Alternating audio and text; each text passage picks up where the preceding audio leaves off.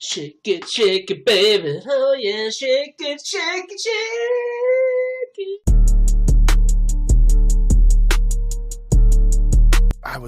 My main regret in MMA that we never got to see Fedor fight in the UFC when he was in his prime. That's true. If I could have one fight in their prime, Fedor, Cain Velasquez. Oh, that would be a great prime. fight. Oh my God. Great in fight. their prime. That would have been incredible. Great. Incredible. Actually, Cain was an amazing fighter. Bro, that guy had a gas tank that was superhuman. Yeah. So for a heavyweight, it didn't even make any sense. You would see guys just fall apart. They would just wilt. Pure boxing style. Pure also. boxing style, great wrestling, incredible chin, and just indomitable will. Too tough for his own good, which is why he wound up, like, towards the end of his career, his body had deteriorated so much. Yeah.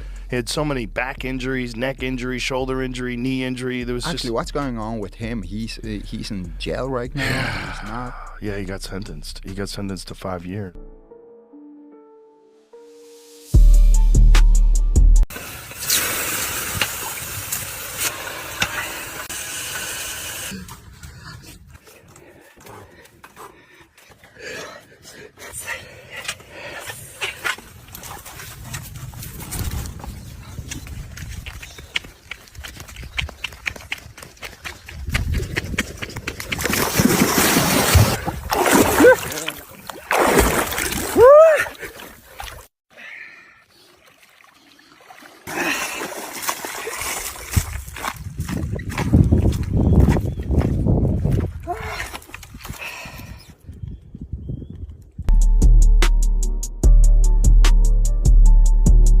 I like that Pitbull fight.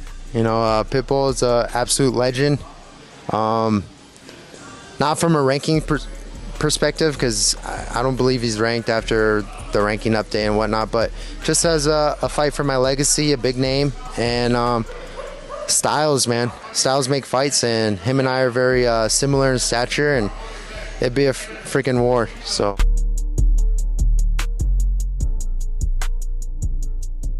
You're realizing that while Paddy the Baddy is for sure a box office, they've never main evented him. What happens when they do? They never title fighted him. What happens when they do? If you could get that far, do you still believe he's as big as Conor? Boy, that's just a tough one. When you talk about can he be bigger than a guy does get capped. He'll go booking bull riding arenas, getting on multiple networks. Will he be modeling watches and have top brands and possibly being in movies? It could take a while to get there. Conor's pretty special in that regard. But can Paddy do everything that Conor did? Could Paddy do it better, which only means longer with a better record or produce larger numbers while doing it? Yeah, he probably could do that. Mateos, you dirty dog. You beat me up. You busted my good ear. I can forgive, but I cannot forget. I'm gonna get you back, bro. Count your days, young man. Well, to be honest with you, you guys know me, like, you know, everybody has their own style. Like, I'm gonna just smash everybody. But I want to look at it, like, very objectively. Like, they offered me Mobsar. So, okay, I have a name now. So I look at Mobsar and I say, well, who did he fight last? He fought Aljamain Sterling. And then who was he supposed to fight? If I'm not mistaken, I think he was supposed to, I heard Brian Ortega. So I'm like, okay, well, give me a Brian Ortega or give me an Aljamain Sterling. You know, I have something to work with now. Aljamain, Ortega, let's go if you guys are ready to fight. I don't think about retiring. No, Yeah. no. If Dana White quits, I might quit. But that's it. Yeah? Yeah. It's actually in my contract. No. Yeah, if he leaves, I leave. Yeah, so in my contract, if he leaves, I don't have to stay. Why that? Something I personal? wouldn't be doing it if it wasn't for him. Yeah? Yeah, he's my friend. He talked me into doing it. I mean, I started working for the UFC before him. I started working for the UFC in 1997 Okay. when there was nothing. Nobody was watching. We did it at a small, like a high school auditorium in Dothan, Alabama. You had to take a propeller plane to get there. Like, one of those fucking scary ass planes.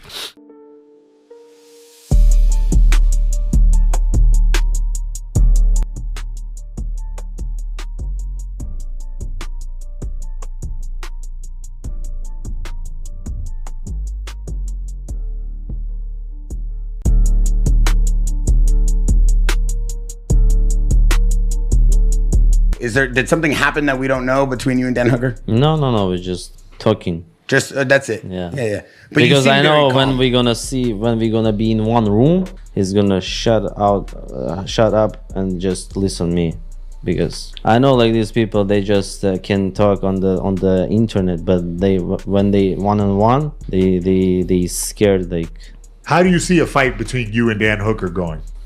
I'm going there to play, just easy money. I mean, I don't know. Like, all right. I love it. All right. But it's a easy money, and I mean, but if I beat him, like, it no makes sense fight for me. Yeah. I don't need money right now. I need belt. If I beat him, people say you beat like a top 10 or I don't know what's his number. It's no make sense fight. He's not contender. He never beat like a good fighters. He never be on the top 5. So it's.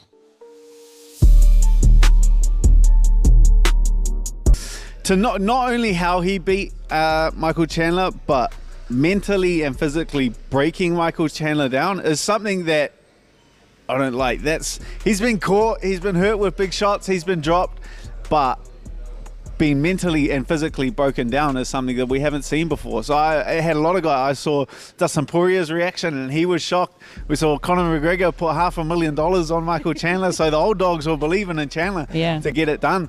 But huge. Well, I tip my hat where you have to give credit where credit lies, and Paddy Pimblett, he's got something very big in the works next. Title eliminator, or if not a title shot. I could definitely see it for him. Huge marketing potential. He's great on the microphone. Now, a huge feather in his cap, and Michael Chandler, so nothing but big things coming for Paddy. You gotta think about Mighty Mouse too, man. Mighty Mouse in his prime was a bad man. He would do guys like when he suplexed Ray Borg and caught him with an armbar in the middle of the air and finished him. You don't think so? Huh? I see your face. I see your face. No. It's not like, but I don't know. I never was a big fan of him. No? No. Never. I think in first his prime, of all, when you call yourself a Mickey Mouse, Mighty Mouse. So I always thought that he was a Mickey Mouse. I'm like, bro, how you calling yourself a Mickey Mouse? No. He was a good fighter. He was a very technical fighter. He dominated the whole division. How many times he defended his belt? Like many times. 14 times.